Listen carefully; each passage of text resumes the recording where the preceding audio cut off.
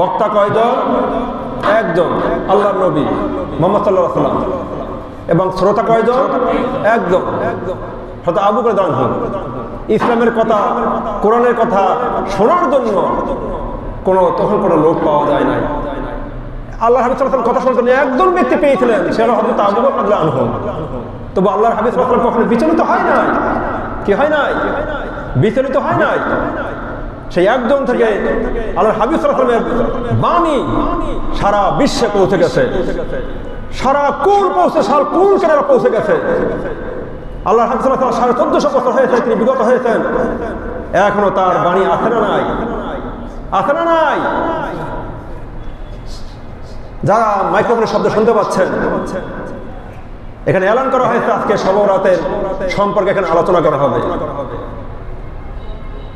আমার মনে হয় মসজিদে না হলেও যদি মসজিদের প্রাঙ্গণে বা আশেপাশে যদি বলা হতো এখানে মমতাজ আসবে, মমতা দিনা আননোন পার্সন একজন গায়িকা আসবে বা গায়ক আসবে, এখানে যারা আমার সামনে উপস্থিত রয়েছেন, আপনি এক বাক্যে বলেন, তাহলে কি এরকমের জায়গা সংকলন দেওয়া যেত? একটু জোরে শোনালেন, সংকলন দেওয়া যেত? যারা শুনছেন তাদের উদ্দেশ্যে বলছে, আপনার নিজের বিবেককে আপনি প্রশ্ন করে দেখেন, আজকে যদি মমতাজ আসতো বা অন্য বা রোনাল আসতো বা সাবিনা ইয়াসমিন আসতো, তাহলে আপনি কি ঘরে বসে থাকতেন না সেখানে আসতেন? আপনার বিবেককে প্রশ্ন করেন আপনি। আজকে মাগরিবের পর থেকে মাত্রার ফজর পর্যন্ত মহান রব্বুল আলামিন নিম্ন আসমানে তিনি এসে বান্দাদেরকে বলেন, এ বান্দারা, কে কি চাওয়ার আছে, বলার আছে, কার কি সুবিধা অসুবিধা আছে আমাকে বলো, আমি তোমাদের চাওয়া পাওয়াকে আমি কবুল ও মঞ্জুর করে দেবো। বলো সুবহানাল্লাহ। কার কথা? আল্লাহর কথা। আল্লাহ মানা নবী মানা নয়, আল্লাহ মানা নবী মানা নয়, নবী মানা আল্লাহ মানা হয়। বলো ঠিক কিনা? ভালো করে খেয়াল করো। আল্লাহ মানা নবী মানা নয়, নবী মানা আল্লাহ মানা হয়। কেমন কথা? কেমন কথা? আল্লাহ মানে নবীকে মানা হয় না? কার কথা? আল্লাহর কথা। কার কথা? আল্লাহর কথা। আল্লাহ বলছেন, কুল ইন কুনতুম তুহিব্বুনাল্লাহ ফাত্তাবিউনি ইউহিব্বুকুমুল্লাহ। আল্লাহ বলছেন, হে নবী আপনি বলে দিন, কেউ যদি আমাকে পেতে চায়, ভালোবাসতে চায়, সেজন্য আল্লাহর হাবিব সাল্লাল্লাহু আলাইহি মুহাম্মদ সাল্লাল্লাহু আলাইহি ওয়াসাল্লামের অনুসরণ করে, অনুকরণ করে। কে বলেছে? মহান রব্বুল আলামিন বলেছেন। আল্লাহ নিজের কথা বলে নাই। আল্লাহ নিজের কথা না বলে তিনি বলেছেন, আমাকে যদি কেউ ভালোবাসতে চায় সেজন্য মুহাম্মদ সাল্লাল্লাহু আলাইহি ওয়াসাল্লামকে অনুসরণ করে, অনুকরণ করে। অন্য আয়াতে বলেছেন, আমা আতাকুমুর রাসূলু ফাখুযুহু ওয়া মা নাহাকুম আনহু ফান্তাহু। আল্লাহু আকবার। মহান রব্বুল আলামিন বলেন, আমা আতাকুমুর রাসূল, যেটা মুহাম্মদ সাল্লাল্লাহু আলাইহি ওয়াসাল্লাম তোমাদেরকে আদেশ করেন সেটাকে তোমরা আঁকড়িয়ে ধরো। কার কথা? আল্লাহর কথা। আল্লাহ স্বয়ং নিজে বলেছেন, যেটা মুহাম্মদ সাল্লাল্লাহু আলাইহি ওয়াসাল্লাম আদেশ করেন সেটাকে তোমরা আঁকড়িয়ে ধরো, এবং যেটাকে তিনি ধরতে নিষেধ করেছেন সেখান থেকে তোমরা বর্জ্য, সেখান থেকে তোমরা বিরত হও। মহান রব্বুল আলামিনের কথা আমার কথা, আপনার কথা না। আল্লাহ নিজেই বলেছেন, আমাকে যদি কেউ পাইতে চায় সেটা মুহাম্মদ সাল্লাল্লাহু আলাইহি ওয়াসাল্লামকে অনুসরণ করে, অনুকরণ করে, এবং আল্লাহর হাবিব সাল্লাল্লাহু আলাইহি ওয়াসাল্লামকে, আল্লাহর হাবিব সাল্লাল্লাহু আলাইহি ওয়াসাল্লাম যেটাকে তিনি আদেশ করেন সেটাকে তুমি আঁকড়িয়ে ধরো। কিন্তু দুঃখের বিষয়, অত্যন্ত পরিতাপের বিষয়, আল্লাহর হাবিব সাল্লাল্লাহু আলাইহি ওয়াসাল্লামকে যেটাকে আঁকড়িয়ে ধরতে বলা হয়েছে সেখান থেকেই কিন্তু আমরা বিরত হই।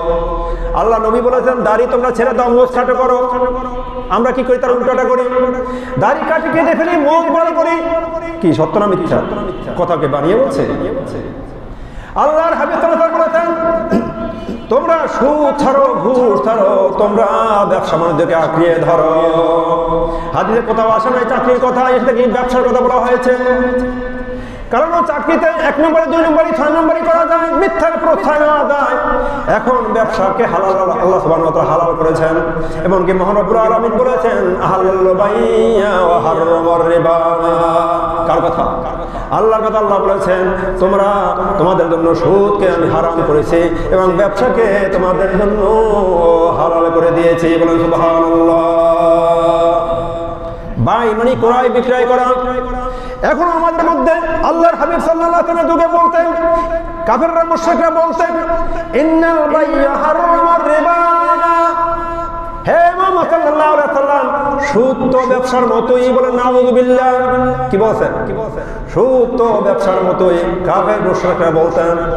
এখন আমাদের মধ্যে অনেকে শিক্ষিত লোক আছে, অনেক ধনবান লোক আছে, বাড়িওয়ালা আছে, তারা সুদের ব্যবসা করে।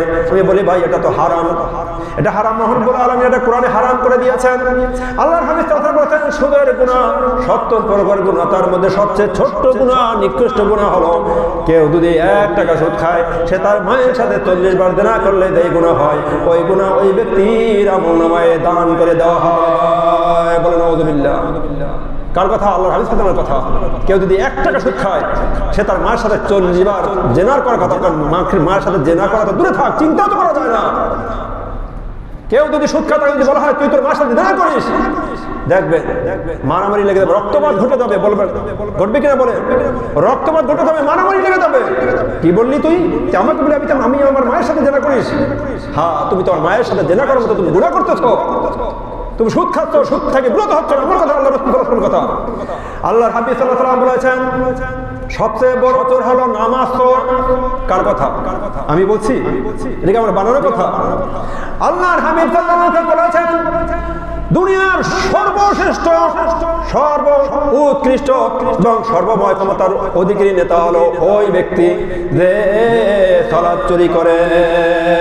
কে? যে নামাজ চোর হলো সবচেয়ে বড় চোর, দুনিয়ার সর্বশ্রেষ্ঠ বড় চোর। এখন আপনাদের সামনে আমি প্রশ্ন রাখতে চাই, এরকম চোর আমাদের আশেপাশে নেই? কথা বলো না কেন? এরকম চোর আমাদের মধ্যে আশেপাশে নেই? তাকে যদি বলা হয় তুই চোর, বলবো আমি আর তোমার মান্যগর ব্যক্তি আমাকে চোর বললি? আমি দান করি, সজ্জা করি, হ্যাঁ, আমার কত টাকা মাসে মেরে খাই, আর আমাকে চোর বললি? হ্যাঁ, তুমি সবচেয়ে সমাজের সবচেয়ে বড় চোর তুমি। কারণ আল্লাহর হাবিব সাল্লাল্লাহু আলাইহি ওয়াসাল্লাম বলেছেন, মুসলমানদের মধ্যে আর কাফেরদের মধ্যে পার্থক্য হলো সালাত। কি পার্থক্য? সালাত। যে ব্যক্তি সালাত আদায় করে সে মুসলমান, সে ইমানদার। আর যে ব্যক্তি সালাত আদায় করে না, আল্লাহর রাসূলের ভাষা, সে কি হয়? কাফের হয়, মুশরিক হয়। আমরা এই হাদিস শুনি, কোরআন শুনি, বয়ান শুনি, কিন্তু আসলে আমরা তামিল করি না, আমল করি না। আমাদের আমল করতে হবে, আমরা আমল থেকে গাফিল হয়ে আছি। আল্লাহর হাবিব সাল্লাল্লাহু আলাইহি ওয়াসাল্লামের শক্তিশালী কেউ ছিল না? ছিল? আল্লাহর হাবিব সাল্লাল্লাহু আলাইহি ওয়াসাল্লামের শক্তিশালী কেউ ছিল না। একজন বক্তা ছিল রুকানা। আরবের বুকে সবচেয়ে শক্তিশালী বক্তার নাম ছিল রুকানা। সহিহ হাদিসের বর্ণনা, রুকানা একবার তিনি প্রচার করে দিয়েছেন, মাইকিং করেছেন, আমাকে যদি কেউ বক্তারা হারাতে পারে, আমি এত বড় শক্তিশালী, আমার এত বড় দেহ, আমি এত বড় শক্তিশালী, আমাকে কেউ হারাতে পারে না। সেই আলান করে দিল, আমাকে যদি এখন থেকে কেউ হারাতে পারে, সে দা বলবে আমি তাই তার কথা মেনে চলবো। মানে আমাকে যদি হারাতে পারে, সে দা বলবে আমি তাই করবো। কার কথা? বক্তার, রুকানার কথা। কার কথা? বক্তার, রুকানা। এই এলান আল্লাহর হাবিব সাল্লাল্লাহু আলাইহি ওয়াসাল্লাম শুনতে পেয়েছেন। আল্লাহর হাবিব সাল্লাল্লাহু আলাইহি ওয়াসাল্লাম শোনার পরে তিনি মনে বললেন তাই নাকি? এইদিকে আবু বকর ওমর বললেন, হে আমার বন্ধুরা, হে আল্লাহর সাহাবীরা, তোমরা আল্লাহর হাবিব সাল্লাল্লাহু আলাইহি ওয়াসাল্লাম দেখে খেয়াল রাখবে, সে তো কোনোভাবেই সেই বক্তার কাছে না যায়। যদি কত বড় বক্তার, তার কাছে গেলে কেউ জয়ী হয় না, সবাই হেরে আসে। আল্লাহর হাবিব সাল্লাল্লাহু আলাইহি ওয়াসাল্লাম কোনো মতে ভুলে চলে যায়, তোমরা পাহাড়ের মধ্যে রাখবে, তাহলে আল্লাহর হাবিব সাল্লাল্লাহু আলাইহি ওয়াসাল্লাম কি হয় জানি না। কার কথা? সাহাবীদের কথা। কার কথা? সাহাবীদের কথা। সাহাবীরা পাহাড়ে রেখেছেন। আল্লাহর হাবিব সাল্লাল্লাহু আলাইহি ওয়াসাল্লাম সমস্ত পাখের সমস্ত সাহাবীদের চোখ ফাঁকিয়ে দিয়ে সেই বক্সার রুকানার কাছে চলে গেলেন। চলে গিয়ে বললেন, হে রুকানা, আমি তোমার সাথে লড়তে এসেছি। বক্সার রুকানা বলে, তাই নাকি? তুমি কে? আমি হলাম মুহাম্মদ সাল্লাল্লাহু আলাইহি ওয়াসাল্লাম। সুবহানাল্লাহ। তাই নাকি? তুমি এসেছো আমার সাথে লড়তে? হ্যাঁ, তোমার কি একটু মায়া নাই জীবনে? তোমার কি একটু ভয় হয় না? তুমি কি আমার কথা শোনো নাই? আমার কথা শুনলেই তো মায়ের শিশু কোল থেকে পড়ে যায়, আর তুমি একটু ভয় পাও আমাকে? আমি ভয় পাই কাকে? আল্লাহকে। আমি আল্লাহকে ভয় পাই। তুমি তো একজন সৃষ্টি মাত্র, আমি তোমাকে কেন ভয় পাবো? আমি ভয় পাই তার হাতে আমাদের সকলের প্রাণ। কার কথা? মুহাম্মদ সাল্লাল্লাহু আলাইহি ওয়াসাল্লামের কথা। বলতে হে রুকানা, আমি তোমার সাথে লড়তে চাই। আমি যদি জয়ী হয় তুমি কি করবে? তুমি জয়ী হবে। আমাকে হাসালে। তুমি জয়ী হবে চিন্তাও করে না। তুমি তোমার সাহস হলো কিভাবে তুমি জয়ী হবে এই কথা আমাকে বলছো? কত বড় সাহস তোমার? আমি যদি জয়ী হই, বলো আমি জয়ী হব না। যদি জয়ী হই তাহলে তুমি কি করবে?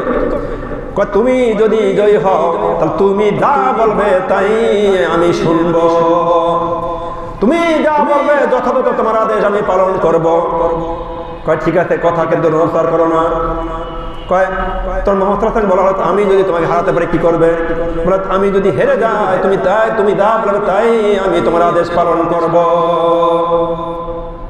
যাই হোক, রুকানা বলল ঠিক আছে, আমাদের এখন কাজ শুরু হয়ে যাক। বক্তি করা শুরু করে দেই। রুকানা বলল তুমি আমাকে ধরো। আমি নবী, আমি কাউকে ধরি না, আমাকে সবাই ধরে। আমি কাউকে ধরি না, আমাকে ধরে। তোমাকে আমি ধরবো না, তুমি আমাকে ধরো। সেই হাদিসের রওয়ায়াত এসেছে রুকানা শুধুমাত্র এখানে বাহুটা ধরেছে। বাহুটা আল্লাহ রাসূল সাল্লাল্লাহু আলাইহি ওয়াসাল্লাম শক্তি প্রয়োগ করে নাই, শুধুমাত্র একটু তিনি তার বাহুটা নাড়া দিয়েছেন। কি করেছেন? বাহুটা শুধুমাত্র নাড়া দিয়েছেন। সেই বক্সার রুকানার সাথে সাথে জমির মধ্যে লুটিয়ে পড়েছে। আল্লাহু আকবার! কার ক্ষমতা? আল্লাহর ক্ষমতা। আল্লাহ হাবিব সাল্লাল্লাহু আলাইহি ওয়াসাল্লাম মধ্যে রব্বুল আলামিন কেমন শক্তি দান করেছিলেন। রুকানা পড়ে যাওয়ার পরে তিনি বললেন, মাথা নাড়া দিলেন। ঘটনা কি?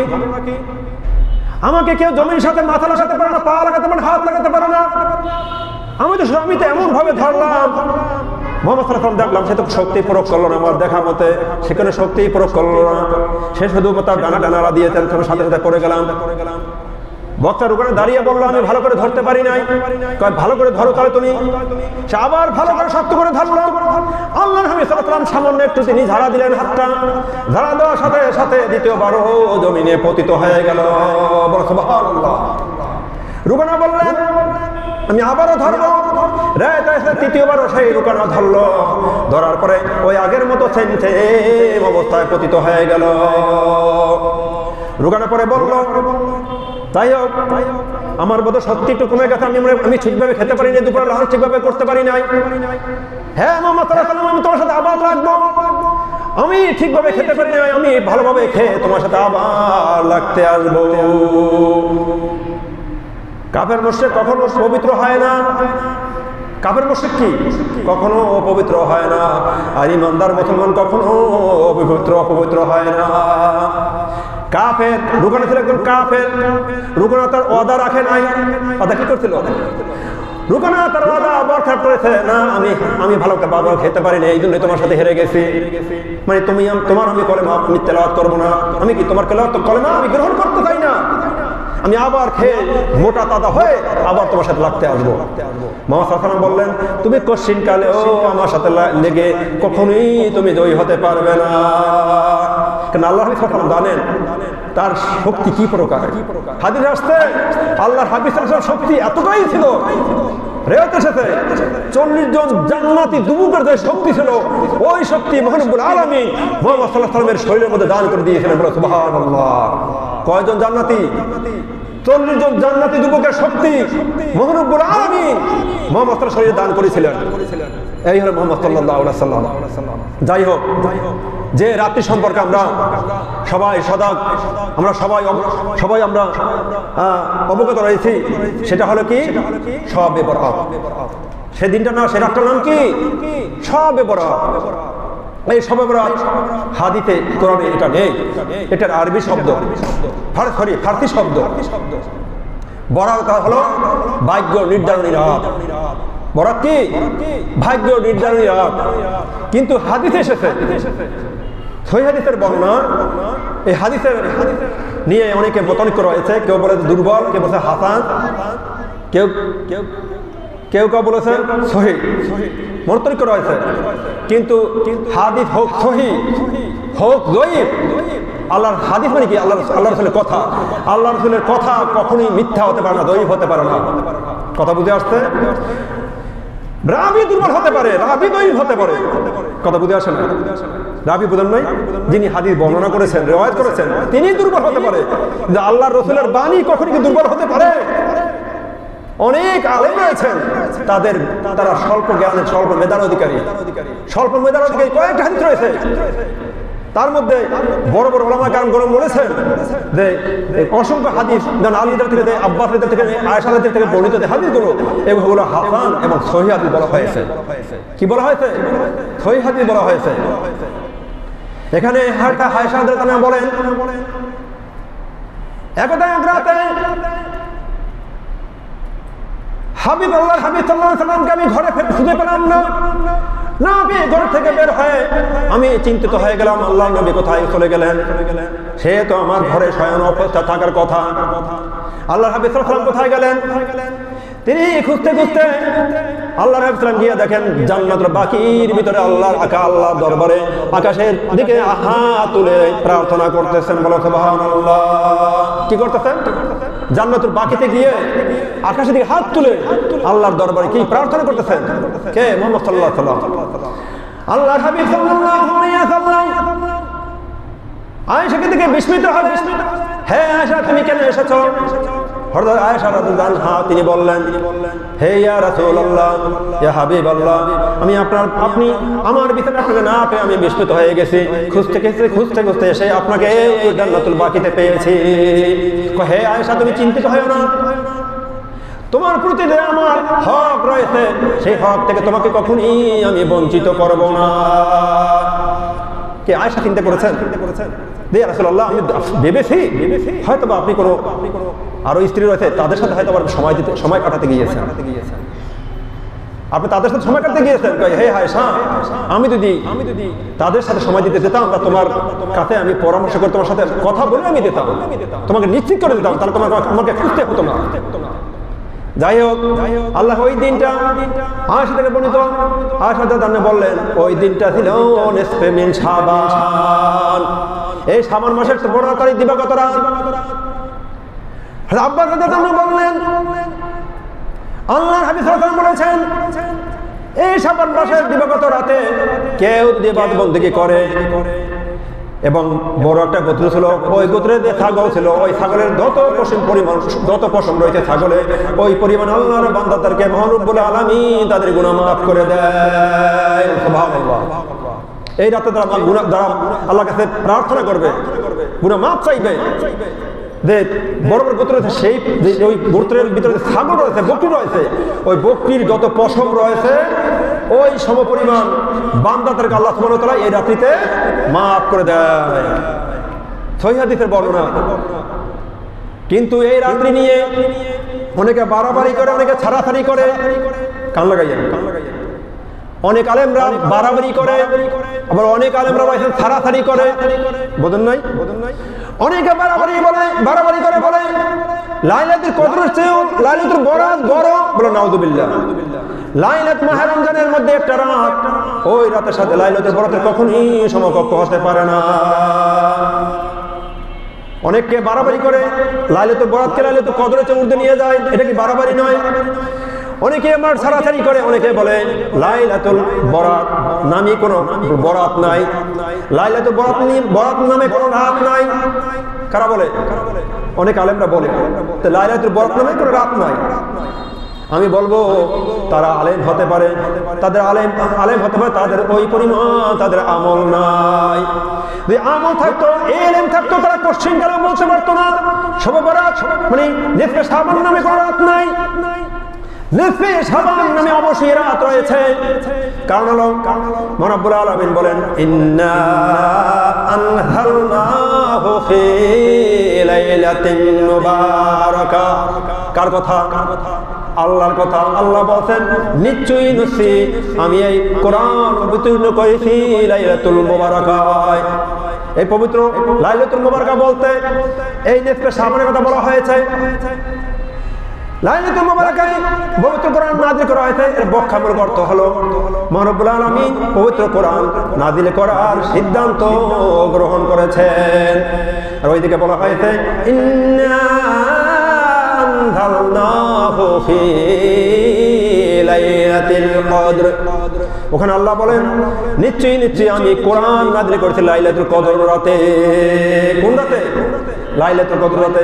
এখানে লাইলাতুল কদরের ব্যাখ্যা অর্থ হলো মহান রব্বুল আলামিন লাইলাতুল কদর রাতে কোরআন নাযিল করা শুরু করে দেওয়া। কি কোরআন নাযিল করা শুরু করেছেন আল্লাহ কোন রাতে? লাইলাতুল কদর রাতে। কিন্তু কোরআন যে আল্লাহ নাযিল করবেন এইটার প্রজ্ঞাপন, এটা সিদ্ধান্ত আল্লাহ তাআলা তাআলা এই নিসফে শাবান রাতে নিয়েছেন। এতে কোনো সন্দেহের কোনো অবকাশ নেই।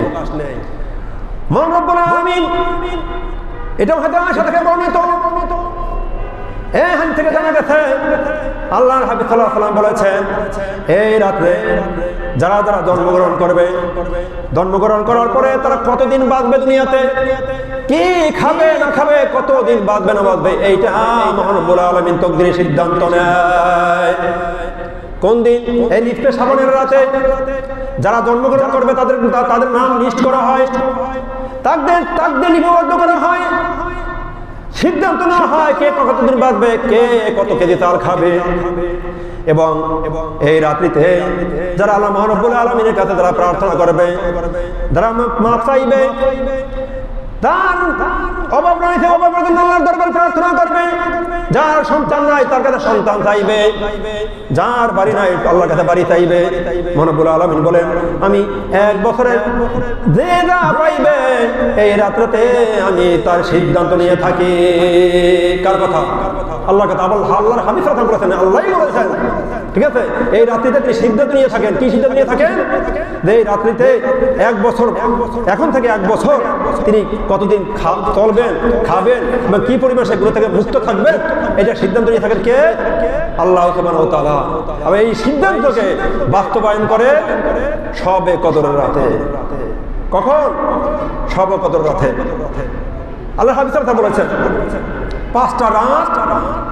পাঁচটা রাতের ইবাদতকে মহান রব্বুল আলামিন কবুল মঞ্জুর করে থাকে, বিশেষ রহমত নাযিল করে থাকেন পাঁচটা রাতে। সেই পাঁচটা রাত হলো দুমার দিবাগত রাত। খেয়াল করেন, দুমার দিবাগত রাত নাম্বার 1। নাম্বার 2 হলো শাবানের প্রথম দিবাগত রাত। তৃতীয় হলো এই নিসফে শাবান, 15ই শাবানের দিবাগত রাত হলো মহান রব্বুল আলামিনের কাছে দরবারে দোয়া কবুলের সময় বা রাত। আর চতুর্থ পঞ্চম হলো আপনার ঈদুল ফিতর এবং ঈদুল আযহার দিবাগত রাত। পাঁচটা রাত পেয়েছেন আপনারা? 5 রাত পেয়েছেন। দুবার দিবাগত রাত। দ্বিতীয় হলো শাবান মাসের প্রথম দিবাগত রাত, নিসফে শাবান মানে আজকে দিবাগত রাত, আর দুটো কি ঈদের দিবাগত রাত। এই 5টা হয়ে যেতে বলো না, এই নিয়ে কোনো মতনৈক্য নেই। মতনৈক্য শুধু শবে বরাত নিয়েই নয়, এখন বর্তমানে নামাজ নিয়ে অনেকে মতনৈক্য রয়েছে, তারাবিহ নিয়েও মতনৈক্য রয়েছে। আছে না নাই বলেন? সব জায়গায় মতনৈক্য। কোরআন হাদিস নিয়েও মতনৈক্য। এখন বর্তমানে অনেক বের হয়েছে কোরআন মানে হাদিস মানে না, কোরআন মানে কি মানে? কোরআন মানে হাদিস মানে না। এখন একটা দল বের হয়েছে, আবার কেউ বলেছে আল হাদিস। তারা আহলে হাদিস নামে তাদের চিন্তা চেতনা কি নাম? আহলে হাদিস। আর আমরা হলাম আহলে সুন্নাত ওয়াল জামাত। আমরা কোরআন এবং হাদিস দুটোই আমরা বিশ্বাস করি। কেন আমরা বিশ্বাস করবো না? আমি যদি মুসলমান দাবি করি আর যদি কোরআন সুন্নাত যদি আমি বিশ্বাস না করি, তাহলে আমার ঈমান থাকবে? তা ঈমানটা ছিনতাই হয়ে যাবে। কি হয়ে যাবে? ঈমান ছিনতাই হয়ে যাবে। একবার আয়েশা রাদিয়াল্লাহু আনহা বললেন, হে আয়েশা, তুমি আমার মাথাটা দৌত করে দাও। তখন আয়েশা বললেন, ইয়া রাসূলুল্লাহ, আমি অপবিত্র। তখন আল্লাহ হাবিব সাল্লাল্লাহু আলাইহি ওয়াসাল্লাম বললেন যে মুসলমান কখনো অপবিত্র হয় না, আর কাফের মুশরিক কখনো পবিত্র হয় না। কথা বুঝেন নাই? আমরা আসলে মুসলমান দাবি করি, কিন্তু অত্যন্ত দুঃখের বিষয় আমরা শবে বরাত রাতকে আমরা ভুলে যাই, দুবার সালাতকে ভুলে যাই। এই মাহে রমজান আসতেছে, আগাম মাহে রমজান, দেখবেন যত প্রকার রোগ দেখা দেবে এই মাহে রমজানে। মাহে রমজান কি রোগ মুক্তির মাস না রোগ দেওয়ার মাস? বলেন, রোগ থেকে মুক্তির মাস হলো মাহে রমজান। এখানে যারা আমার সামনে সমবেত হয়েছেন, বুকে হাত দিয়ে সত্য কথা বলবেন, মাহে রমজানে যারা সিয়াম পালন করেছেন তারা কি রোগ থেকে মুক্ত হয়েছেন না রোগের ভিতরে যুক্ত হয়েছেন? মুক্ত হয়েছেন, রোগ থেকে মুক্ত হয়েছেন না? যারা বলে যে আমার গ্যাস্ট্রিক বেড়ে যাচ্ছে সিয়াম পালন করার কারণে, আমার আলসার হয়ে যাচ্ছে, আমি অসুস্থ হয়ে যাচ্ছি আমি সিয়াম পালন করার কারণে, বুঝতে হবে ওদের ভিতরে আল্লাহ সুবহানাহু ওয়া তাআলা রোগ দান করে দিয়েছেন। কি দিয়েছেন? মনের ভিতরে রোগ দিয়েছেন। এই রোগ হলো কি? সিয়াম থেকে বিরত হওয়া। সিয়াম যখন আসে, আর যদি সে প্রকৃত মুমিন হয়, মুসলমান হয়, সে তো চিন্তাই করতে পারে না আমি সিয়াম পালন করবো না, চিন্তাই করতে পারে না, প্রশ্নই আসে না সিয়াম পালন করার বিরত থাকবো। সিয়াম, একটা সিয়াম যদি কেউ ছেড়ে দেয়, আল্লাহ হাদিসে বলেছেন থেকে যদি কেউ সিয়াম ছেড়ে দেয়, সে সারা জীবনে যদি সিয়াম পালন করে তারপর ওই একটা সিয়ামের সমান হবে না। বলে সুবহানাল্লাহ। কি একটা রোজার সমান হবে না সারা জীবন যদি রোজা পালন করে? আর কেউ যদি যে কোনো কারণে, ঠিক আছে, অসুস্থ অবস্থা যদি একটা সিয়াম ভেঙে ফেলে, তার কি তার একটা সিয়াম পালন করলে হবে? আল্লাহ হাদিসে বলেছেন হ্যাঁ, একটা সিয়াম পালন করলে তার হবে, কিন্তু এই সিয়াম যে ভাঙলো, ওই সিয়ামের ফজিলতের সমকক্ষ কখনোই হবে না। কি হবে না? কখনোই সমকক্ষ হবে না। একটা সিয়াম ভাঙলে 60টা থাকতে হবে। কটা থাকতে হবে? 60টা। এক থেকে শুরু করতে মানে 60টা হতে 60টা কয় মাস? 2 মাস হয়। কয় মাস হয়? 2 মাস হয়, তাই নাকি? 2 মাস হয়। এই 2 মাস 60টা সিয়াম পালন করবে। 7টা বা 8টা থাকার পরে বা 30টা থাকার পরে বা 31টা থাকার পরে ভেঙে ফেললো, আবার শুরু থেকে আবার 60টা থাকতে হবে। চিন্তা করে দেখেন কত কঠিন সিয়াম পালন। একটা সিয়াম ভাঙার পরে আরেকটা সিয়াম থাকা কত বড় কঠিন। যাই হোক, আমি বিনীতভাবে অনুরোধ জানাবো, কেউ আমরা সিয়াম ভাঙবো না, কেউ আমরা সিয়াম থেকে বিরত থাকবো না। আর সিয়াম আমরা অনেকেই পালন করি, যারা মাইক্রোফোন শব্দ দেখানো যাচ্ছে তারা শুনতে পাচ্ছেন, আমরা তারাই সিয়াম পালন করি। সিয়াম উপবাস থাকার নামই সিয়াম নয়, খালি পেটে থাকার নামই সিয়াম নয়। সিয়াম হলো চোখের জিনা, মনের জিনা, কলবের জিনা এবং যত পাপ রয়েছে, কবিরা গুনাহ রয়েছে, সমস্ত পাপ থেকে বিরত থাকার নামই হলো সিয়াম। অনেকে সিয়াম পালন করে ফাহিশাত থেকে বিরত হয় না। কি আমাদের সমাজে নাই? আমাদের সমাজে নাই? মেজাজ কন্ট্রোল করতে হবে সিয়াম পালন করার অবস্থায়।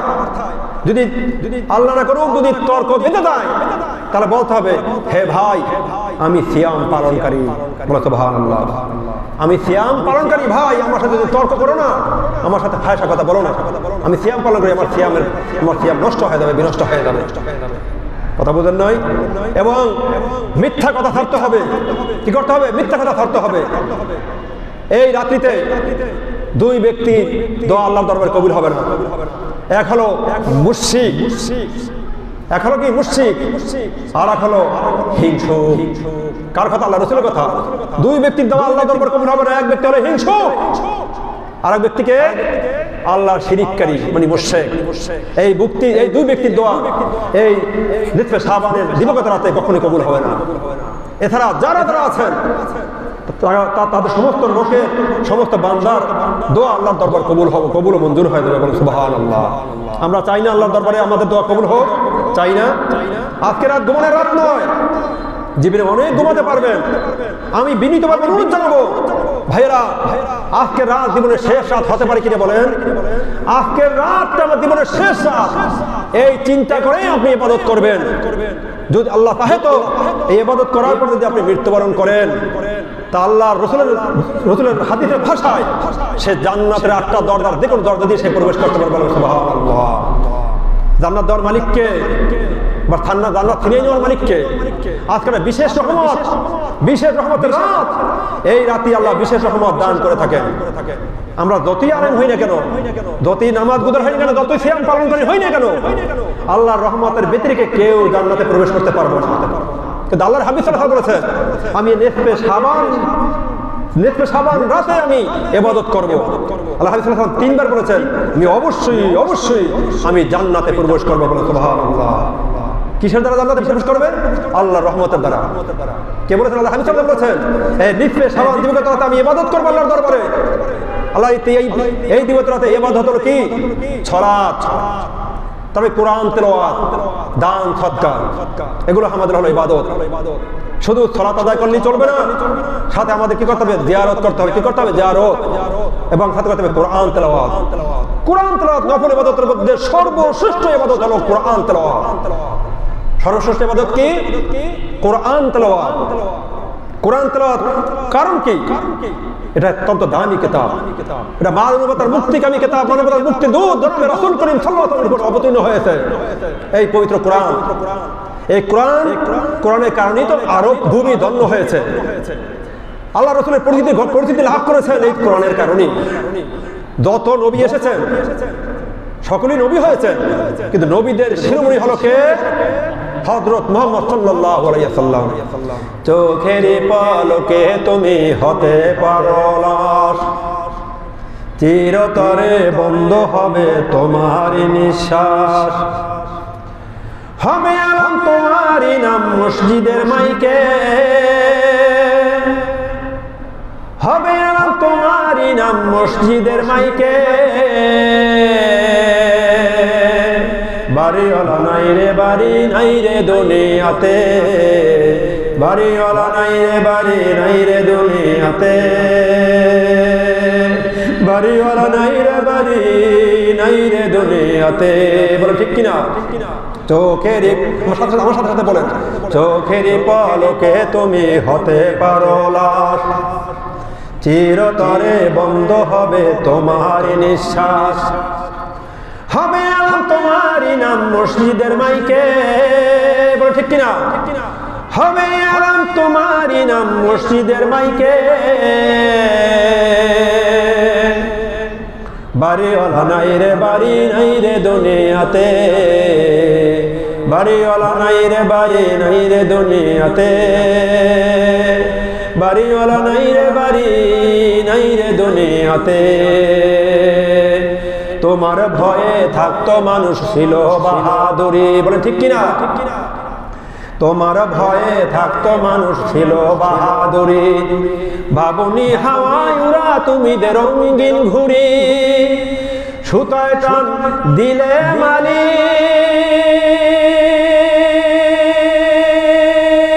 ও সুতায় টান দিলে মালিক পারবে না তুমি থাকিতে। বাড়িওয়ালা নাই রে বাড়ি নাই রে দুনিয়াতে, বাড়িওয়ালা নাই রে বাড়ি নাই রে দুনিয়াতে, বাড়িওয়ালা নাই রে বাড়ি নাই রে দুনিয়াতে। বাড়ি গাড়ি মিল ফ্যাক্টরি টাকার পাহাড়, বিলাসিতায় কেটেছে জনম কতই অহংকার। বলে ঠিক কিনা?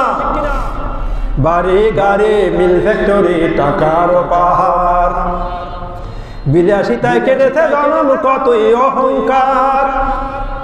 দামি কাপড় ছেড়ে হবে,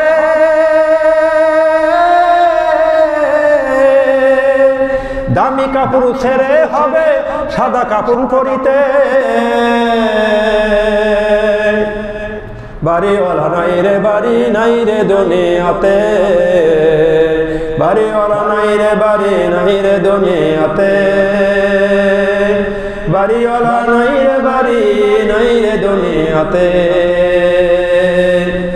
যাদের সাথে চলতে তুমি থাকতে দিবা নিশি, জানাজায় শরীক হবে তোমার প্রতিবেশী। বলে ঠিক কিনা?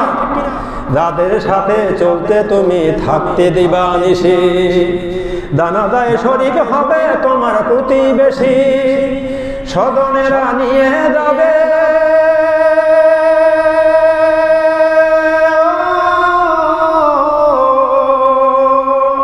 স্বজনেরা নিয়ে যাবে তোমাকে পালকিতে।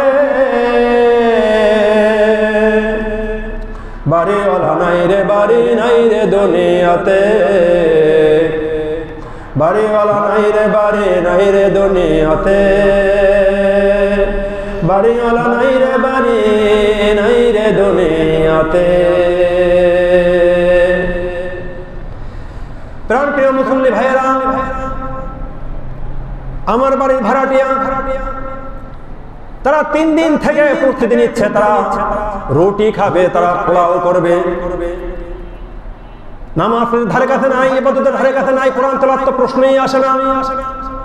আমি তাদেরকে বারবার বললাম, তোমরা যতই রুটি করো, যতই পোলাও করো, তুমি ইবাদত থেকে তোমরা যদি গাফেল হও, আল্লাহ রাব্বুল আলামিনের দরবারে কখনোই তোমরা নিরাশ দরবারে তোমরা কখনোই দিতে পারবে না, মানে কখনোই তোমরা জান্নাত পাবে না। আল্লাহর রহমতে তোমরা সবসময় তোমরা বিরত থাকবে, বঞ্চিত থাকবে, বলেন ঠিক কিনা? অনেকে আমাদের সমাজের মধ্যে দেখা যায় আজকে সবার রাত্রিতে রুটি নিয়ে ব্যস্ত থাকে, তারা কি খাওয়া দাওয়া নিয়ে ব্যস্ত থাকে। অনেকে পরিবার হয়তো আমি খোঁজ নিয়েছি, অনেকের বাড়িতে আপনার হালুয়া হচ্ছে, মুরগি পোলাও হচ্ছে। আমি তাদের উদ্দেশ্যে বলবো, আজকে রাতটা হলো ইবাদতের রাত, আপনি মুরাগ পোলাও করলেন, রুটি করলেন, আপনি পায়েস করলেন, এই পায়েস করতে গিয়ে, রুটি করতে গিয়ে আপনার অবশ্যই সময় অপচয় করতে হয়েছে, বলে ঠিক কিনা? যেই সময় অপচয় করতে হয়েছে, ব্যয় করতে হয়েছে, ওই সময়টা যদি আপনি ঘুমাতেন, আপনি ঘুম যদি সেভ করতেন, তাহলে সারা রাত জেগে আপনি ইবাদত বন্দেগী করতে পারতেন, বলে ঠিক কিনা? আমাদের মধ্যে অনেক পুরুষ মহিলা রয়েছে যারা দিনের আজকে সব বলে তারা হায় রে হায়, কি করবে না করবে দিক পায় না। আমার বাসা ভাড়াটিয়া, কাজ করবে বাদ দিয়ে কি খাবে না খাবে পাগল হয়ে গেছে, আজকে রাতে কি খাবে। সে দাওয়াত দিয়েছে 30 জনকে। আমি বললাম, দেখেন 30 জনকে আর 40 জনকে দাওয়াত দেন, কিন্তু আমার বাড়ির কোনোভাবেই ক্ষয়ক্ষতি করা যাবে না। সে সিদ্ধান্ত নিয়েছে রান্না করবে, আগুন দিয়ে রান্না করবে বাড়ির ভিতরে। আমরা কোশ্চিনকালে সম্ভব নয়, আপনারা যে কাজ করতে কোন সুন্নাহ অনুযায়ী এই কাজ নয়, এই কাজ আমি করতে দিব না। উপরে তারের তার রয়েছে, খাম্বা রয়েছে, পাশে টিন রয়েছে, বেড়ার ঘর রয়েছে। আপনারা আল্লাহ না করুক, আপনারা মনের আনন্দে আপনারা রান্না বান্না করবেন, হঠাৎ দেখা যায় আগুন লেগে দিতে পারে কিনা বলেন? যদি আগুন লেগে যায় তাহলে ক্ষতিগ্রস্ত হবো না আমি, কে ক্ষতিগ্রস্ত হবে? আমি ক্ষতিগ্রস্ত হব, কিন্তু আপনারা তো আনন্দিত হবেন। কি হবে? আপনারা আনন্দিত হবেন, আমরা যেভাবে হোক আপনারা রান্না করেন, কিন্তু এখানে আগুন জ্বালিয়ে আপনারা রান্না করতে পারবেন না। বিষয়টা এই জন্য টেনে এনেছি। আমার ভাড়াটিয়া নাই, অসংখ্য ভাড়াটিয়া রয়েছে যারা রান্নার সাথে ব্যস্ত রয়েছেন। অনেক বাবা রয়েছেন, অনেক মায়েরা রয়েছেন যারা রান্নার সাথে ব্যস্ত রয়েছেন, এখনো রান্নার সাথে ব্যস্ত রয়েছেন। আমার খালু রয়েছে অমুক জায়গাতে, আমার দামাই রয়েছে অমুক জায়গাতে, দাওয়াত দাও, কোথায় আসো, তাড়াতাড়ি আসো। সারা ধরে তারা খানা খাবে এবং আনন্দ উৎফুল্ল করবে, কিন্তু ইবাদতের ধারে কাছেও তারা যাবে না, বলেন ঠিক না বেঠিক? ইবাদতের কাছে যাবে না। এদের মধ্যে অনেকেই রয়েছে ডিশ রয়েছে, তেলের রয়েছে, একটা দেখতেই থাকে, আছে না আছে। আরো অত্যন্ত পরিতাপের বিষয়, আমাদের সন্তানেরা, আমরা কেমন বাবা মা, অত্যন্ত দুঃখ লাগে। এই রাতে দেখবেন পটকা ফুটায়, আছে না নাই? কি ফুটায়? পটকা ফুটায়। আজকে রাত হলো ইবাদতের রাত। কি রাত? ইবাদতের রাত। আমার সন্তান পটকা ফুটাবে, খেয়াল রাখতে হবে না? আমার সন্তান আমার সাথে মসজিদে আসবে ইবাদতের জন্য, আমার সন্তান আমার সাথে আমার পাশে বসে কোরআন তেলাওয়াত করবে, অথবা আমি কোরআন তেলাওয়াত করব, আমার সন্তান শুনবে, এবং আমি অথবা আমার ছেলে মেয়ে কোরআন তেলাওয়াত করবে, আমি নিজে শুনবো। আমার স্ত্রী সন্তান নিয়ে আমি ঘরের ভিতরে নফল ইবাদত করব। আল্লাহর দরবারে সবচেয়ে সর্বশ্রেষ্ঠ নফল ইবাদত হলো কোরআন তেলাওয়াত, এবং সালাতের ভিতরে সর্বশ্রেষ্ঠ সালাত, নফল সালাত হলো তাহাজ্জুদের সালাত। তাহাজ্জুদের সালাত কেন আল্লাহ সুবহানাহু ওয়া তাআলা এই রাত্রিকে আপনি সম্মানিত করেছেন? তাহাজ্জুদের সালাতে এমন দাবি করা হয়েছে, তাহাজ্জুদ সালাতে কেউ যদি এক ফোঁটা পানি, চোখের পানি ফেলতে পারে, কখনই আল্লাহর দরবারে ওই পানি বিফলে যায় না। আল্লাহ সুবহানাহু ওয়া তাআলার কাছে যদি চোখের পানি ফেলে যদি আল্লাহর দরবারে প্রার্থনা করে, আমরা কত না গুনাহ করেছি। সম্মানিত প্রাণপ্রিয় মুসল্লি ভাইয়েরা, যে যেখানে বসে আছেন, যে যেখানে বসে শুনতেছেন, আমরা প্রত্যেকেই কিন্তু গুনাহগারী। আমরা প্রত্যেকেই গুনাহ করেছি। একটু চোখ বুজলেই দেখেন, চিন্তা করে দেখেন, একটু ভাবুন আমি কত না গুনাহ করেছি। এই পা দ্বারা কত না জানা করেছি, এই চোখের দ্বারা কত না জানা করেছি, এই হাতের দ্বারা কত না জানা করেছি। আমি আজকে বিকেলের নাম বলবো না। এক ব্যক্তি খুব ভাব নেয়, আমি খুব ইবাদত গুজার, নাম বলবো না, নাম বলে ইবাদত হয়ে যাবে। খুব ভাব নেয় ইবাদত গুজার, আমাকে বলে তুমি কোথায় সালাত আদায় করো? আমি ইনশাআল্লাহ 5 ওয়াক্ত সালাত জামাতের সাথে মসজিদে আদায় করি। আমি বড় ওজোর না হলে কখনোই আমি জামাত ছাড়ি না। আর ওই ব্যক্তি বলে আমি এমএ আমি বিএ ডিগ্রি পাস, আমি সালাত আদায় করি, তোমাকে তো কখনো সালাত আদায় করতে দেখলাম না। কিন্তু ওই ব্যক্তি শুধু অহংকার করে। কিন্তু দুঃখের বিষয় হলো আমি নিজে ওই ব্যক্তিকে সালাতে কখনো জামাতের সাথে আদায় করতে দেখি না। জুমার দিন 2 ঘন্টা 3 ঘন্টা আগে রওনা দেয়, জানি না কোথায় কোন মসজিদে যায়। এই ধরনের অহংকারী আমাদের মধ্যে আছে কিনা বলে? আলেমদের নিয়ে গীবাত করে। কি করে? আলেমদের নিয়ে গীবাত করে। তুমি আলেমদের নিয়ে গীবাত করো, আল্লাহর হাবিব সাল্লাল্লাহু আলাইহি ওয়াসাল্লাম বলেছেন তুমি আলেমদের নিয়ে গীবাত করো, তুচ্ছ করো। এই আলেমরা যদি আলেম আমল করে, কোরআনে হাফেজ তার সেই অনুযায়ী আমল করে, আর এই আলেম এই কোরআন হাফেজ 10 ব্যক্তিকে জান্নাতে নেওয়ার জন্য সুপারিশ করতে পারবে। বলবেন সুবহানাল্লাহ। 10 ব্যক্তিকে জান্নাতে নেওয়ার জন্য সুপারিশ করতে পারবে কে? আমলদারি আলেম। কে? আমলদারি আলেম। এমন 10 ব্যক্তি আল্লাহ নবী বলেছেন, এমন 10 ব্যক্তিকে আলেম জান্নাতে নেওয়ার জন্য সুপারিশ করতে পারবে যে 10 ব্যক্তি জাহান্নামে যাওয়ার জন্য ফয়সালা হয়ে গেছে। কি হয়ে গেছে? জাহান্নামে যাওয়ার জন্য ফয়সালা হয়ে গেছে। এমন 10 ব্যক্তিকে মহান রব্বুল আলামিন জান্নাতে নেওয়ার জন্য এখতিয়ার দিবেন, আদেশ করবেন আমলদারি আলেমদেরকে। যাই হোক, এক ব্যক্তি এই ওয়াজ শুনে বাড়ি গেলেন। বাড়ি গিয়ে রাত 12টার পরে মেয়েকে বললেন, হে মা, ঘুম থেকে ওঠো। 10 ব্যক্তিকে আল্লাহর হাবিব সাল্লাল্লাহু আলাইহি ওয়াসাল্লাম বলেছেন 10 ব্যক্তিকে জান্নাত দান করবেন। তার মধ্যে এক ব্যক্তি হলো বাবা, আর এক ব্যক্তি হলো মা। এইভাবে নানা আছে, নানি আছে, দাদা আছে, দাদি আছে। এইভাবে 10 জন ব্যক্তির নাম শোনার পর শ্বশুর আছে, শাশুড়িও আছে। ওই ব্যক্তি বাড়ি যাওয়ার পরে বললেন, না, তুমি ঘুম থেকে ওঠো, আমি একটু জান্নাতে যেতে চাই। কোথায়? জান্নাতে যেতে চাই। বলে যে আমি জান্নাতে যেতে চান, তাতে আমাকে ঘুম থেকে জাগ্রত করলেন কেন? এভাবে অনেক মেয়েরা বলে না, ছেলেরা বলে না, আমার ঘুম নষ্ট করলেন কেন? আমরা জান্নাতে যেতাম, আমরা জান্নাতে যান। কয় মা, এই জন্য তোমাকে ঘুম থেকে জাগ্রত করেছি। আমি এইমাত্র বয়ান শুনে আসলাম, হুজুর বলেছেন আমি যদি আলেমের শ্বশুর হতে পারি তাহলে আল্লাহ সুবহানাহু ওয়া তাআলা আমাকে জান্নাত দান করবেন। কয় আলেম? কি বলেন? আলেম টুপি হাতে দাঁড়িয়ে আছে। এই আলেমের দামি, এই আলেমকে আমি দামাই বলবো, দামাই হিসাবে মেনে নিতে পারবো না। টুপি থাকে, দাঁড়িয়ে থাকে, সে তো নিজেও সিনেমা দেখবে না, আমাকেও সিনেমা দেখতে দিবে না। বলে নাউযুবিল্লাহ। সে তো নিজেও সিনেমা দেখবে না, সে টিভি দেখবে না, আমাকেও টিভি দেখতে দিবে না। একে যদি আমি দামাই করি তাহলে তো আমার আনন্দ সব কিছু বিফলে যাবে। এবং বোরকা পড়তে বলবে সর্বদা, আমাকে সে পর্দা করতে বলবে। এইভাবে তো সম্ভব নয়। কি করতে বলবে? পর্দা করতে বলবে। সে সবসময় কি পর্দার ভিতরে রাখতে চাইবে কিনা বলে? কোন আলেম চাইবে যে আমার স্ত্রীর জন্য আমি জাহান্নামী হই? কোন বাবা, আমলদারি বাবা, নামাজি বাবা চাইবে যে আমার সন্তানের জন্য আমি জাহান্নামী হই? চাইবে কেউ? কখনোই চাইবে না। দেখেন, আল্লাহর হাবিব সাল্লাল্লাহু আলাইহি ওয়াসাল্লাম এমনি দাবি করে নাই আলেমদের শ্বশুরকে। যদি ওই নারীকে, ওই মেয়েকে যদি কোরআন হাদিসের শিক্ষা দিয়ে সে যদি ওইভাবে আমলদারি কন্যা হিসেবে তৈরি করতে পারে, আর যদি একজন আলেমের কাছে ন্যস্ত করতে পারেন, আল্লাহ সুবহানাহু ওয়া তাআলা অবশ্যই তাকে জান্নাত দান করবেন। বলো সুবহানাল্লাহ। দান করবেন না? দেওয়ার মালিককে, দেওয়ার মালিককে। আল্লাহ সুবহানাহু ওয়া তাআলা যে ওয়াদা দিয়েছেন, আল্লাহ কি ওয়াদা কখনো বরখলাফ করবেন? আল্লাহ কি কখনো ওয়াদা বরখলাফ করেছেন? হ্যাঁ, না করবেন? কখনই আল্লাহ বরখলাফ করে না, আর করবেও না। আল্লাহ যিনি প্রথম থেকে যিনি শক্তিশালী ছিলেন, তিনি এখনো শক্তিশালী আছেন না দুর্বল হয়ে গেছে? দুর্বল হয়ে গেছে? আল্লাহর বান্ডু কি খালি হয়ে যাবে? এই ইবাদতের রাতে, নেফে শাবান রাতে কেউ যদি রাত জেগে ইবাদত বন্দেগী করে, শুধু আপনি না, আমি না, সারা পৃথিবীর মানুষ, জিন জাতি যদি ইবাদত বন্দেগী করে, আল্লাহ সুবহানাহু ওয়া তাআলা যে ভাণ্ড রয়েছে, আল্লাহ তাআলার যে উপটকন রয়েছে, যে বিশালায় যে রহমতের ভাণ্ড রয়েছে, সেখান থেকে যদি এই জিন জাতি মানব জাতিকে যদি আল্লাহ সুবহানাহু ওয়া তাআলা রহমত দান করেন, তাহলে আল্লাহ ওই রহমত থেকে 100 ভাগের 1 ভাগও রহমত আল্লাহর কমবে না। কি বুঝে আসছে? আল্লাহর যে রহমতের ভাণ্ড রয়েছে, ওই রহমত থেকে যদি দেখেন, এখানে একটা আলো রয়েছে, চেরাগ রয়েছে, চেরাগ থেকে যদি 100 চেরাগ যদি আলো নেয়, তা থেকে এই আলো কমবে? কথা বলেন না কেন? আলো কমবে? আল্লাহ আপনাদের একটা আলো, আল্লাহ হলো কি একটা নূর। কি হলো? আল্লাহ একটা নূর। সেই নূর থেকে যদি আল্লাহ ওইখান থেকে নূর থেকে কারোর উপর রহমত করে, তাতে কি আল্লাহর নূর কমবে? আল্লাহর রহমত কমবে? কখনোই কমবে না।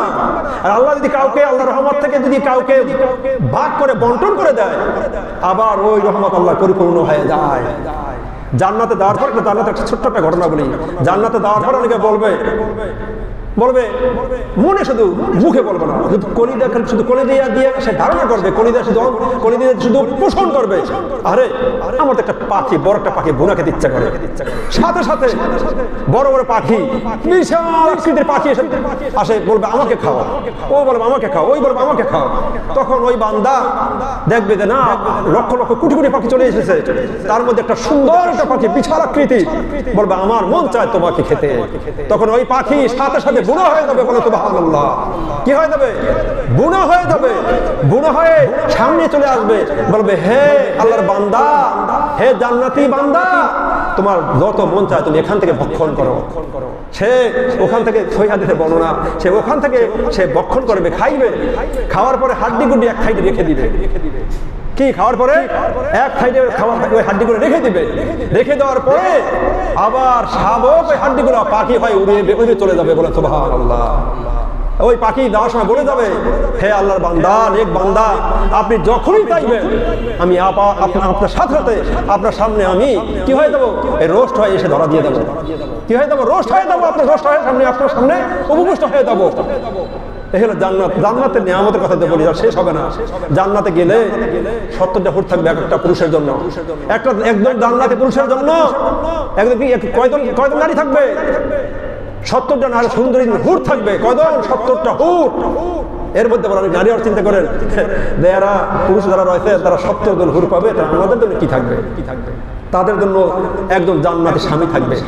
তার যদি জান্নাতি যদি স্বামী না হয়, স্বামী যদি জান্নাতে না যায়, আল্লাহ সুবহানাহু ওয়া তাআলা তাকে একজন জান্নাতি স্বামী হিসেবে দাঁড় করিয়ে দিবে। কথা বোঝেন নাই? আর যদি স্বামী যদি জান্নাতি হয়, ওই স্ত্রী সেও জান্নাতে যাবে। এখানে হাদিসে আসছে, একজন হুরের যদি একটা নখ দুনিয়াতে আসতো, তা কখনোই সূর্যের আলো দেখাতে তোর বলো না, দেখাতে তোর বলো সুবহানাল্লাহ। কথা বুঝে আসে নাই? একটা নখ যদি, এই যে 70টা হুর থাকবে, একজন হুরের যদি একটা নখ যদি দুনিয়াতে দেখা দিত, তাহলে কি সূর্যের আলো অস্তমিত হয়ে যেত। এর মানে কি কখনোই রাত হতো না, 24 ঘন্টা রাত আর 24 ঘন্টায় দিন থাকতো। কথা বুঝে আসা নাই? কথা বুঝতে পারেন নয়? এ হলো হুরের সৌন্দর্য। এবং হাদিসে আসছে, এই যে জান্নাতে হুর থাকবে, হুরদেরকে যদি 70 পাল্লা কাপড় যদি পরিধান করানো হয়, ওই কাপড়ের ভিতর দিয়ে দেখা যাবে শরীরের ভিতরে কি আছে না আছে, বলে সুবহানাল্লাহ। রক্ত সঞ্চালন থেকে সবকিছু বোঝা যাবে শরীরের মধ্যে। 70 পাল্লা কাপড় যদি পরিধান করা হয়, সবকিছু বোঝা যাবে শরীরের ভিতরে কি আছে না আছে, বলে সুবহানাল্লাহ। এই হলো জান্নাতের সুর। আমরা সকলেই তো জান্নাতের হুর পেতে চাই, বলেন পাই তাই না? তাই কিনা? একজন স্ত্রীদেরকে বলা হয়, যারা যে সমস্ত মা বোনেরা শুনছেন তাদের উদ্দেশ্যে বলছি, যে সমস্ত মা বোনেরা জান্নাতে যাবেন তাদেরকে স্বামী দান করা হবে। কিন্তু 70 জনের হুর থাকবে, হুর কি সুন্দরী, তাদের চেয়েও লক্ষ লক্ষ গুণ, কোটি কোটি গুণ সুন্দর আল্লাহ তাআলা বেশি করে দেবে ওই স্ত্রীদেরকে, বলে সুবহানাল্লাহ। তোর স্ত্রী থাকবে কি? সে থাকবে কি? প্রধান। হুরদের প্রধান থাকবে তার স্ত্রী। কথা বোঝেন নাই? স্ত্রীর সম্মান এতটাই থাকবে, যত হুর জ্ঞান থাকবে সব তার ওই স্ত্রীর কাছে মাথা নত করবে, মাথা নত স্বীকার করবে। কথা বুঝে আসছে? আমরা সকলেই জান্নাতে যেতে চাই, কিন্তু বিষয় হলো একখানি, এক জায়গাতেই জান্নাতে তো যেতে চাই, কিন্তু জান্নাতের কাজ করতে চাই না। কি করতে চাই না? জান্নাতের কাজ করতে চাই না। দাগে এই রাতে আমরা বলবো, আল্লাহর হাবিব সাল্লাল্লাহু আলাইহি ওয়াসাল্লাম আল্লাহর কাছে প্রার্থনা করতেন, আল্লাহুম্মা ইজআল ফী কলবি নূরা, হে রব্বুল আলামিন আপনি আমার কলবে নূর ঢেলে দেন। কে চাইতো নূর? চাইতো আল্লাহর হাবিব সাল্লাল্লাহু আলাইহি ওয়াসাল্লাম আল্লাহর দরবারে নূর চাইতেন, আল্লাহুম্মা ইজআল ফী কলবি নূরা। এর পরিবর্তন আল্লাহুম্মা ইজআল ফী আযাবি নূরা, ইয়া রাব্বুল আলামিন আপনি আমার যে আযাব দিবেন এই আযাবের ভিতরে আপনি নূর ঢেলে দিন। আল্লাহ যদি আযাব দেয় আর ওর ভিতরে যদি আল্লাহর নূর পয়দা হয়, নূর পতিত হয়, কখনোই আযাব আর আযাব থাকবে না, আযাব নূরে পরিণত হয়ে যাবে, বলে সুবহানাল্লাহ। ওয়াসামির পরে আল্লাহ বলবেন ওয়াসামি নূরা, আমার সর্বশক্তির মধ্যে আল্লাহ নূর দান করেন। অফি মুখী নূরা, আমি যে সমস্ত কথা বলি কথার ভিতরে আমার নূর ঢেলে দেন আল্লাহ।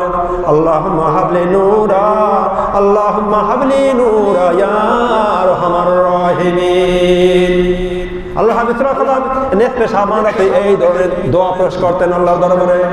আল্লাহুম্মা ইজআল ফি কলবি নূরা, আল্লাহুম্মা ইজআল ফি কবরি নূরা, ওয়া ফি আযাবি নূরা, ওয়া ফি সামি নূরা, ওয়া ফি মুখি নূরা, আল্লাহুম্মা হাবলি নূরা ইয়া আরহামার রাহিমিন।